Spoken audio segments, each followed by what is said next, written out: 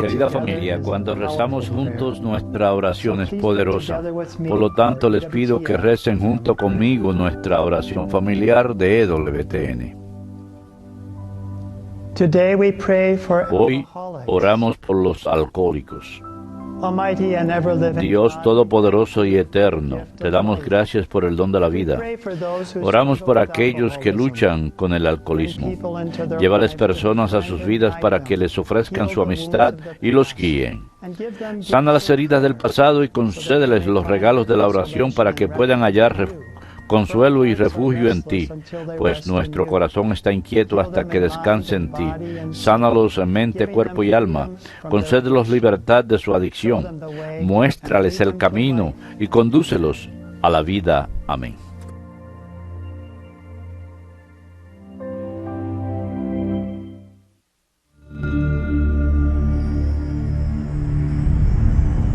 Behold the Lamb of God, who takes away the sins of the world. Take this, all of you, and eat of it, for this is my body, which will be given up for you.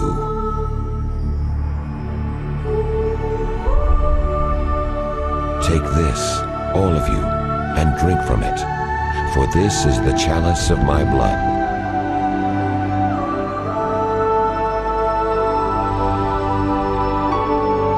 Do this in memory of me.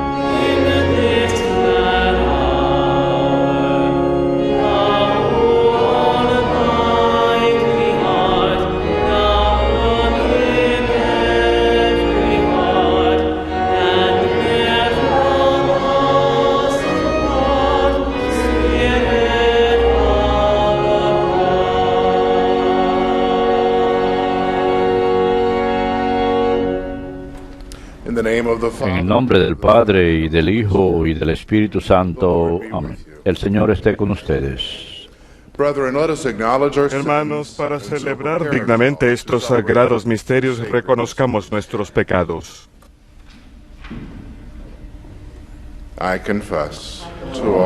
Yo confieso ante Dios Todopoderoso y ante ustedes, hermanos, que he pecado mucho, de pensamiento, palabra, obra y omisión. Por mi culpa, por mi gran culpa. Por eso ruego a Santa María siempre Virgen, a los ángeles, a los santos y a ustedes, hermanos, que intercedan por mí ante Dios, nuestro Señor. Dios Todopoderoso tenga misericordia de nosotros, perdone nuestros pecados y nos lleve a la vida eterna.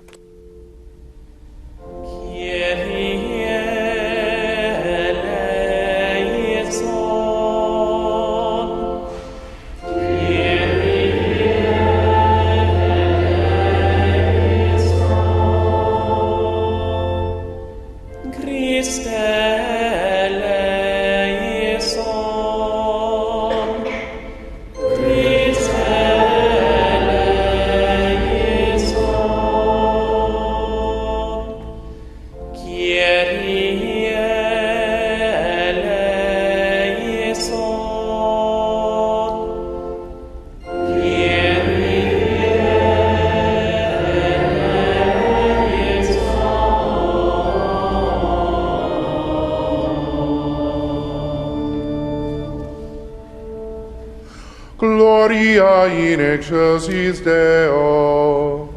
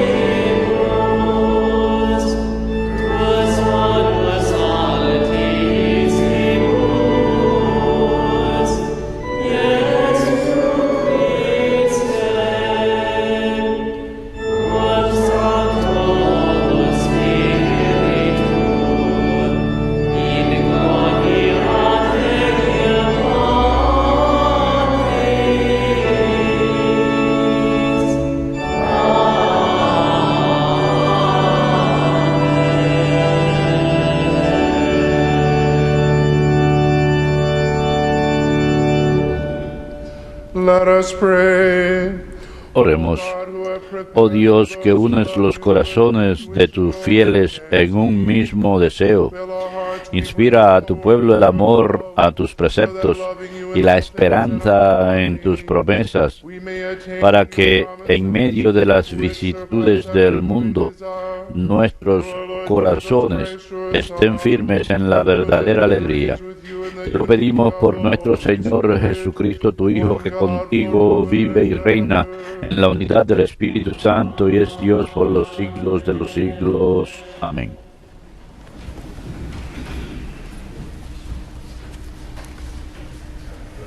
A reading from the book of the Lectura prophet del Isaiah. libro de Isaías. Thus says the Lord, Así dice el Señor a Sobná, Master of the mayordomo de palace, I palacio: will thrust you te from echaré your de tu office puesto, and pull you down te from your destituiré de tu cargo. station. On that day I Aquel will día summon my llamaré servant a mi Eliakim, siervo son of Eliesim, Eliakim. hijo de Elías. I will clothe him Le with your vestiré robe tu and gird túnica, him with your le sash. ceñiré tu Give banda, over to him le daré tus poderes. He shall be a Será father to the padre inhabitants para of los habitantes Jerusalem, de and Jerusalén, to the house of para el Judah. pueblo de Judá. I will place the key Colgaré in the de house su of hombro David, la llave and del Eliakim's palacio shoulder. de David. Lo When he que él opens, no abra, one shall nadie shut. lo When cerrará. he shuts, no Lo one que shall él open. cierre, nadie lo I abrirá. will fix him Lo like a pin in hincaré a como un sure clavo spot, en sitio to be a firme. place of honor Dará for un his trono family. glorioso a la casa paterna. Verbum Domini.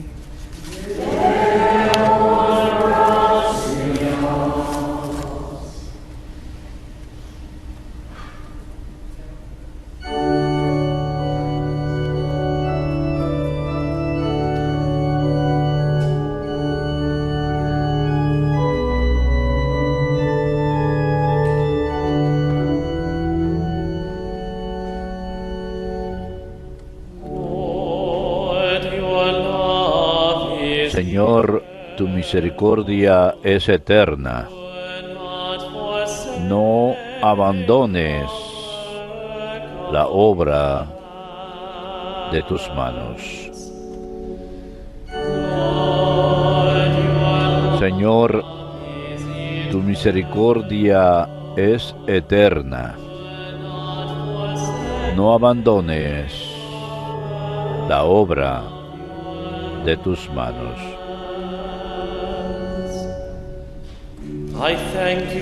Te doy gracias, Señor, de todo corazón.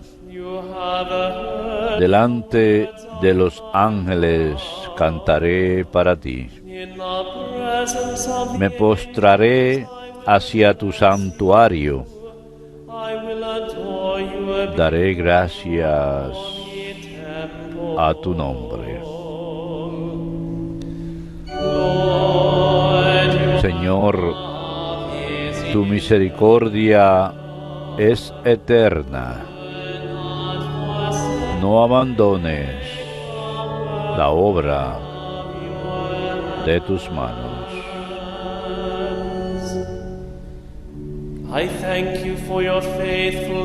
Tu misericordia y tu lealtad, porque tu promesa supera a tu fama. Cuando te invoqué, me escuchaste, acreciste el valor de mi alma. Señor, tu misericordia es eterna. No abandones la obra de tus manos.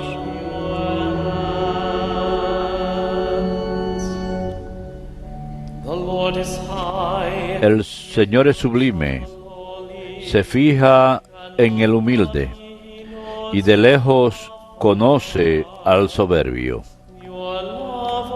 Señor, tu misericordia es eterna.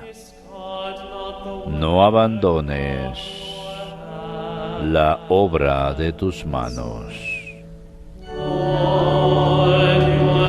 Señor, tu misericordia es eterna. No abandones la obra de tus manos.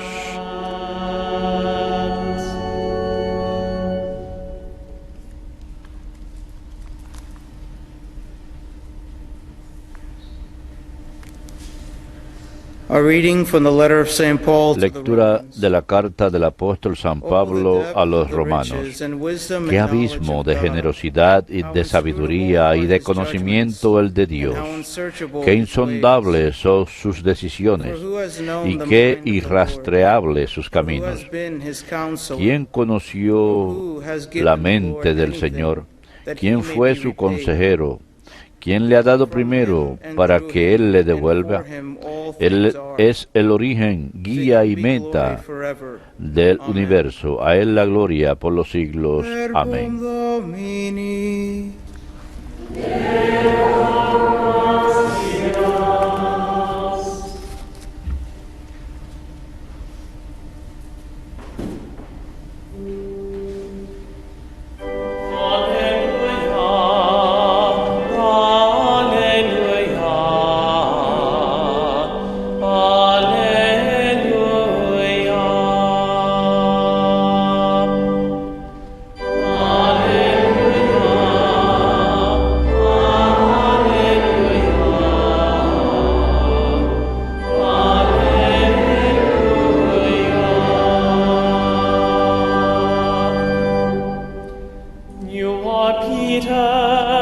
Tú eres Pedro, y sobre esta piedra edificaré mi iglesia, y el poder del infierno no la derrotará.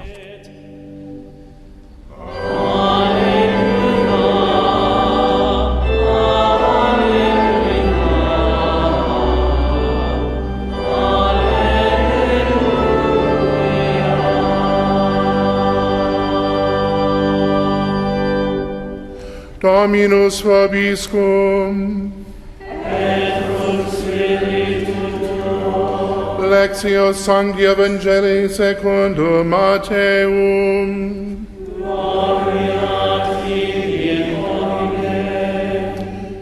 En aquel tiempo llegó Jesús a la región de Cesarea de Filipo y preguntaba a sus discípulos: ¿quién dice la gente que es el Hijo del Hombre? Ellos contestaron: unos que Juan Bautista, otros que Elías, otros que Jeremías o uno de los profetas. Él les preguntó: ¿y ustedes quién dicen que soy yo?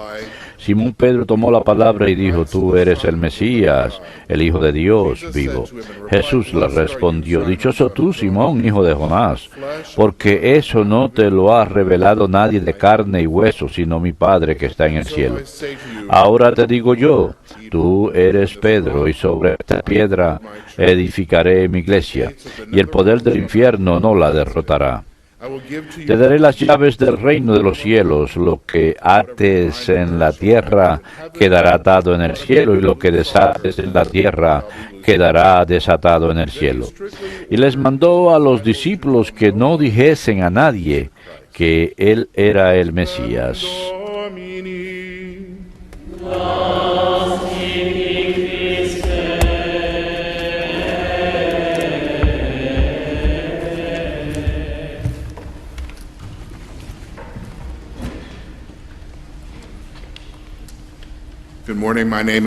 Buenos días, soy el padre Scott Hinz, soy sacerdote de los cánones regulares.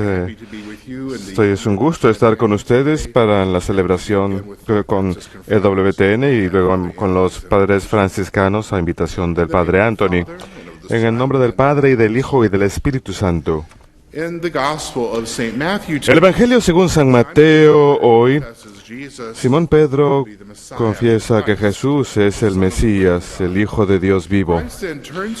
Cristo, a su vez, le da un nombre nuevo a Simón. Le llama Pedro. Cuando la gente recibe un nombre, usualmente es algo muy importante. Es una ocasión importante. En el bautismo recibimos un nombre. Cuando somos confirmados, tomamos el nombre de un santo en especial.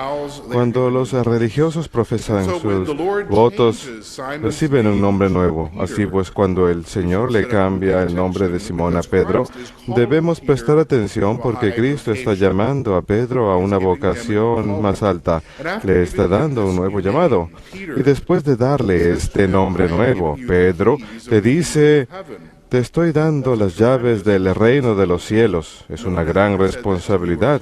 Nunca nadie le ha dicho eso a nadie más. Él debe haber estado muy emocionado. Y cuando Pedro reconoce a Jesús como Mesías, Hijo de Dios, en el nombre de todos los apóstoles, noten que él no habla por cuenta propia, habla por todos ellos. Cristo le hace la pregunta al grupo: Y Pedro contesta por ellos y hace de Pedro el guardián de las llaves. Y Pedro es un fiel judío y entendió lo que eso significa porque sabía su historia del Antiguo Testamento. Nosotros tal vez necesitemos un poquito de recordatorio. Tenemos que volver al comienzo, a Génesis. En Génesis, el Señor colocó al hombre en el jardín y hizo a Adán el guardián del jardín, podemos decir que el mayordomo de las llaves. Pero Adán incumplió porque permitió que entrara la serpiente al jardín y que engañara a su esposa, y a causa de eso hubo una reacción en cadena que terminó en el pecado original y la caída. Así que el hombre fue nombrado el guardián del jardín del Señor. Adán tuvo las llaves, pero dejó la puerta abierta de par en par y el pecado entró. Al no cumplir sus deberes, Dios retiró las llaves del jardín del Edén de Adán y las colocó en las manos de los ángeles. Y las Escrituras nos dicen que fueron los ángeles quienes cegaron el jardín a los intrusos y la cuidaban con una espada de fuego. Fueron los ángeles quienes recibieron el privilegio de entregar la ley, un papel originalmente reservado para Adán. Pero en el Evangelio según San Mateo, Cristo empieza a cambiar esto. Empieza a entregar de vuelta las llaves y lo hace efectivamente cuando se las da a Pedro. Hay una referencia directa a estas llaves del reino en la primera lectura de hoy, Isaías capítulo 22. Escuchamos la historia de Eliasín y Sobná. Estos dos hombres habían recibido el cargo de mayordomo de palacio, encargados de las llaves. Y este trabajo de mayordomo de palacio tenía el trabajo de gobernar en el lugar del rey cuando el rey no estaba.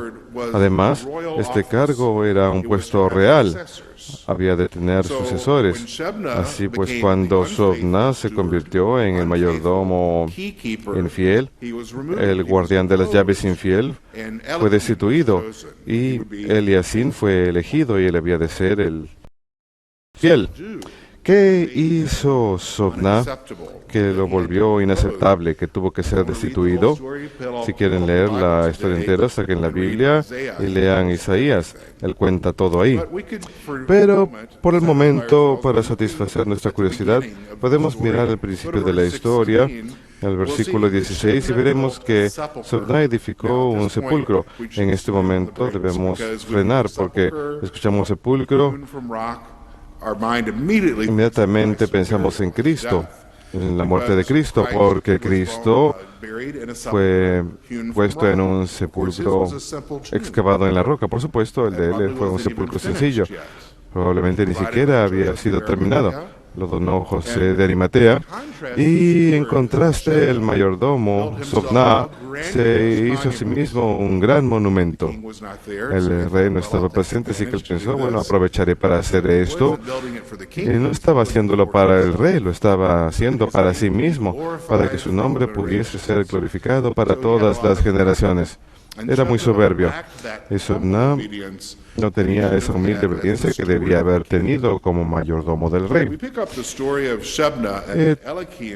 Vemos la historia de Sobná y Eliasín en Isaías 22. El profeta Isaías le habla a Sobná, al mayordomo del palacio, y le habla acerca de Eliasín, el nuevo mayordomo del palacio. Le dice: le vestiré tu túnica, le ceñiré tu banda, le daré tus poderes. Será padre para los habitantes de Jerusalén, para el pueblo de Judá. Colgaré de su hombro la llave del palacio de David. Lo que él abra nadie lo cerrará, lo que él cierre nadie lo abrirá. Lo hincaré como un clavo en sitio firme. Dará un trono glorioso a la casa paterna. Noten que Eliasín recibe una túnica y esa túnica es símbolo de autoridad en el Antiguo Testamento. Esto nos recuerda cómo en el libro de Génesis José, que fue vendido en esclavitud, más adelante el faraón le da una túnica para que rija Egipto en su nombre. Pero más importante aún, aquí en Isaías, Eliacín es llamado a ser padre para los habitantes de Jerusalén. Eliacín es llamado a gobernar el reino de David en la ausencia del rey. Había de ser padre, había de tener responsabilidades similares a un padre en su cuidado del pueblo. Pero más significativo, Eliacín recibe algo. Recibe las llaves del palacio de David. Estas llaves tenían una autoridad obligatoria en la administración del rey, las decisiones del rey, las decisiones del Metrodomo cuando el rey no estaba presente. Y Isaías, que también nos comenta que el gobierno había de hacer sobre los hombros de este mayordomo, coloca esa responsabilidad sobre los hombros de Eliacín. Así que todo esto, esta historia del Antiguo Testamento, Pedro había de saber esto. Así que cuando el Señor le dice, te doy las llaves del reino de los cielos, Pedro entendió a qué se refería. Para volver a las Escrituras, y también te digo, tú eres Pedro, y sobre esta piedra edificaré mi iglesia, y el poder del infierno no la derrotará. Te daré las llaves del reino de los cielos. Lo que ates en la tierra quedará atado en el cielo, y lo que desates en la tierra quedará desatado en el cielo. Cuando Cristo estaba diciendo estas palabras a Pedro, nos podemos preguntar, ¿en qué idioma habrá estado usando? ¿Latín? ¿Hebreo? ¿En griego? Probablemente estaban hablando en arameo, que era su idioma natal. Así que le hubiera dicho, eres Kefas. Kefas significa roca. Podemos decir, tú eres roca, si quisiéramos traducirlo de forma más literal. Así que cuando entendemos lo que decía el texto en arameo original, podemos ver que Cristo no estaba haciendo contraste ni comparación entre Pedro y una roca, lo estaba igualando, le estaba diciendo, Pedro, tú eres roca. Ahora podemos ver la primacía de Pedro representada en diferentes pasajes bíblicos. Por ahora miremos en San Lucas capítulo 12. Jesús cuenta la parábola de un grupo de siervos fieles y al final de la historia es Pedro quien pregunta nuevamente si esta parábola va dirigida a los apóstoles. Cristo luego dice, ¿quién es el siervo bueno y fiel a quien el Señor nombrará para que gobierne sobre su casa? Dichoso ese siervo, el siervo que el amo encuentre cumpliendo sus deberes cuando regrese. Amén, os digo que Él le dará poder sobre todo lo que tenga. El Señor le está contestando a Pedro, le está contestando la pregunta a Pedro, diciéndole que tendrá la responsabilidad sobre la casa del Señor, sobre la iglesia. Escuchen nuevamente el Evangelio. Jesús le dice a Pedro, lo que ates en la tierra quedará atado en el cielo, y lo que desates en la tierra quedará desatado en el cielo. Esto no era vocabulario nuevo, el Señor no estaba improvisando. Esta es un vocabulario rabínico judío. El rabino podía atar a alguien o podía desatar a alguien. El rabino te puede declarar como judío, te puede declarar excomulgado, te puede prohibir que hagas algo. Por otro lado, también te puede dar permiso. También te puede librar de la excomunión. Así que el rabino tenía mucha autoridad. En Hechos 15 vemos que Pedro cumple este poder. Realmente, no hemos de pensar que todo eso tardó hasta el siglo XIX, cuando el Vaticano I confirmó eso como enseñanza católica. No, fue desde el principio. Hechos 15 muestra que San Pedro usa ese poder de atar y desatar.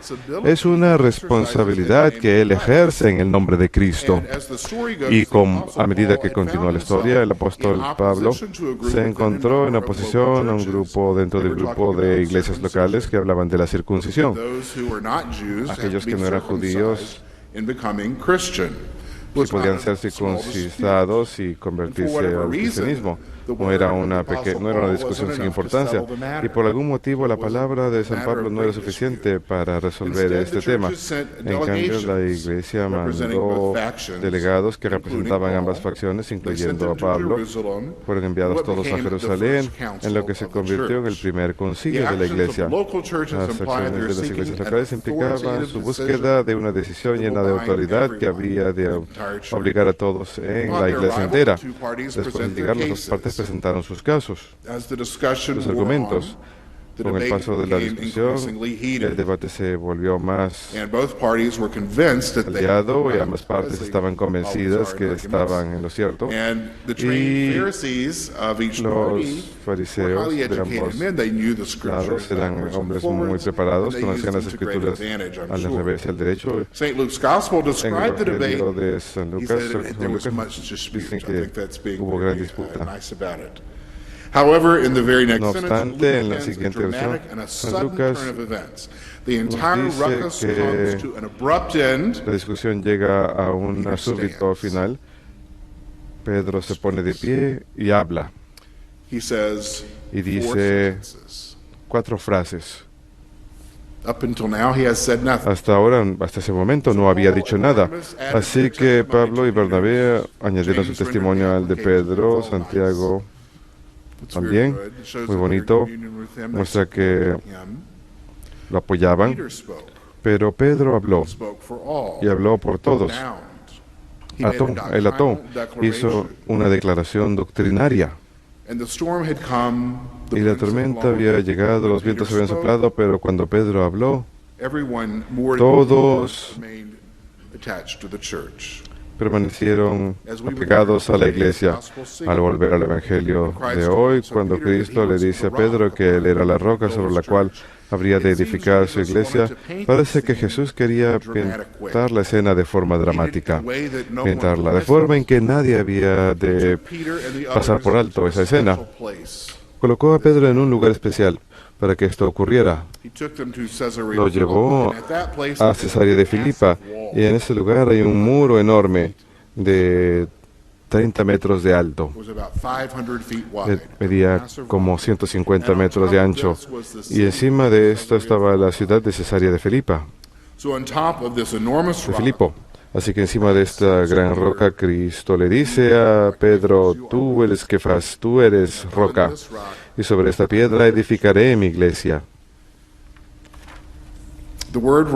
La palabra roca tiene significancia especial para los judíos. Encontramos esa frase incluso en los Salmos.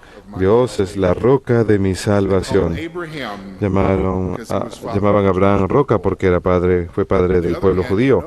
Por otro lado, nadie excepto Dios era llamado específicamente roca, ni nunca se utilizaba como un nombre propio excepto para Dios. Así que para que Cristo se volviese a Pedro y le dijera: tú eres roca, nos hace pensar. Cristo está vinculando a Pedro con su propia autoridad divina. Ha de ser tomado en ese sentido, en el sentido más fuerte. San Ambrosio comentó sobre esta idea y dijo: Cristo es la roca, pues ellos beben de esa roca espiritual que lo sigue, y la roca era Cristo. Pero no se negó a conceder el favor de ese título incluso sobre sus discípulos, de manera que él también pudiese ser llamado Kefas o Pedro, para que de la roca él tuviera una consistencia sólida de fe firme. A menudo decimos los corazones de María y Jesús laten como uno, son el mismo corazón, el Sagrado Corazón y el Inmaculado Corazón. Así nosotros también, cuando vemos a Pedro y Cristo, esa autoridad es la misma, es la autoridad de Cristo. Pedro por cuenta propia no tiene autoridad, sino que Cristo le concede esta autoridad a Pedro y a sus sucesores para que administren las llaves del reino, para que aten y desaten, y para que administren a la iglesia. Así que en el Evangelio según San Mateo, Cristo describe la necesidad necesidad de los hombres que quieren edificar su casa tal vez en la playa, sobre la arena. Bueno, finalmente en algún momento el agua sube y la casa se derrumba, pero el hombre sabio edifica su casa sobre la roca sólida. Cristo es ese hombre sabio. Él es la sabiduría divina de las alturas, y Cristo ha establecido a Pedro como la roca. ¿Acaso el Señor dijo: tú eres Pedro, y sobre esta piedra edificaré mi iglesia? Sobre esta imagen de Pedro como roca, San Basilio Magno dijo: la casa de Dios está edificada sobre los apóstoles y profetas. Una de estas montañas fue Pedro, sobre cuya roca el Señor prometió edificar su iglesia. Y después que el Señor nombró a Pedro como la roca sobre la cual edificaría su iglesia, le dijo: y el poder del infierno no la derrotará. Ha habido muchas predicciones que dicen que sí ha de derrotarla, pero ¿ustedes qué dicen? Que acudimos a esto, a las palabras de Cristo. Así pues, cuando nazcan conflictos de dentro o de fuera, la iglesia edificada sobre la roca soportará la tormenta. Esta frase que el Señor utiliza, el poder del infierno, es otra expresión semítica, una expresión que los judíos conocían. En esa época, los ejércitos siempre se colocaban en las puertas de una ciudad. Esta expresión capturaba esa idea. Cristo se refiere a los poderes del demonio que van en contra de la iglesia y les dice: Él no los derrotará. Cristo asocia a San Pedro y a su oficio de forma muy estrecha a Él, de tal forma que se convierta en una fuerza visible para que proteja a la iglesia y mantenga alejado el poder del infierno. Esa frase de Cristo que nos dice: edificaré mi iglesia, nos recuerda que la iglesia no se trata meramente de una institución humana, sino también una institución divina.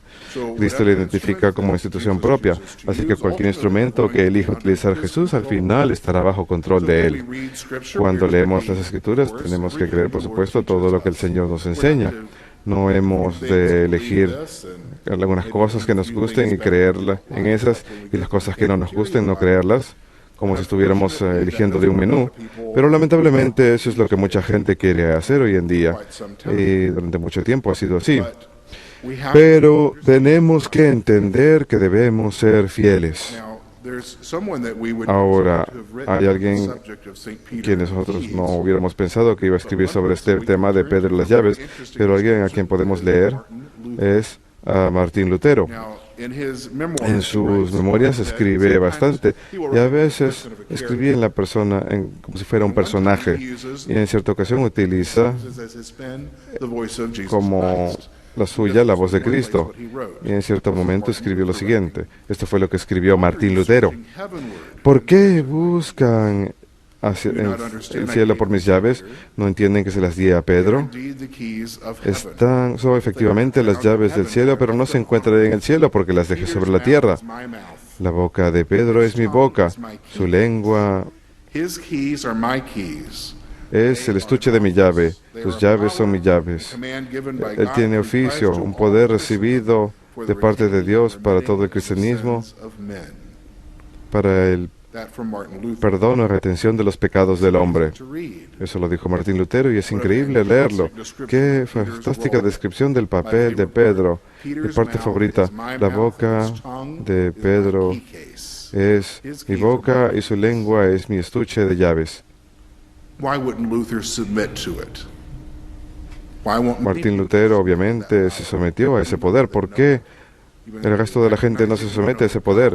A pesar de reconocerlo, a pesar que en el Evangelio el Señor lo hace tan explícitamente claro. Vemos que Pedro en el Concilio de Jerusalén, en los Hechos de los Apóstoles, ejerce el poder. Los apóstoles lo siguen. Pablo, el apóstol de apóstoles, cuando Pedro habla, todo queda resuelto, todos lo aceptan. El libro de Revelación de Apocalipsis, empecemos con Génesis, ahora pasamos al Apocalipsis, confirma la expresión del profeta Isaías y presenta a Cristo como el Santo, el que tiene las llaves de David y quien abre las puertas que abre nadie ha de cerrar y las puertas que cierre nadie ha de abrir. Cristo dio esas llaves a Pedro y para respetar a nuestro Señor, debemos respetar a Pedro y sus sucesores. Así pues, según la carta de San Pablo a los Hebreos, Cristo fue el que entró al santuario el día de la ascensión. Él entró por las puertas del cielo. Nosotros nos agarramos del borde de su túnica y es la única forma que podemos entrar. Y Él posee esas llaves. Cristo es esa puerta y Jesús le dio las llaves de esa puerta a Pedro. Y Él ejerce ese poder en el nombre del Señor y para nuestro bien. Así pues, queridos hermanos en Cristo, Cristo es el sumo sacerdote, es el Mesías, es la verdadera puerta de la Jerusalén nueva y eterna. Y Él encomendó las llaves de esas puertas a San Pedro para que, al ser mayordomo y fiel siervo, el poder de la Iglesia. Así que oremos hoy por nuestro Santo Padre, el Papa Francisco, oremos por el Papa Benedicto, por el Papa Emérito Benedicto, y oremos por el sucesor del Papa Francisco, quien algún día lo reemplazará cuando Dios así lo desee. Y que toda alabanza y todo dominio y poder sea de Jesucristo, quien edificó su iglesia sobre Pedro y declaró que el poder del infierno no la derrotará. En el nombre del Padre, y del Hijo, y del Espíritu Santo. Amén.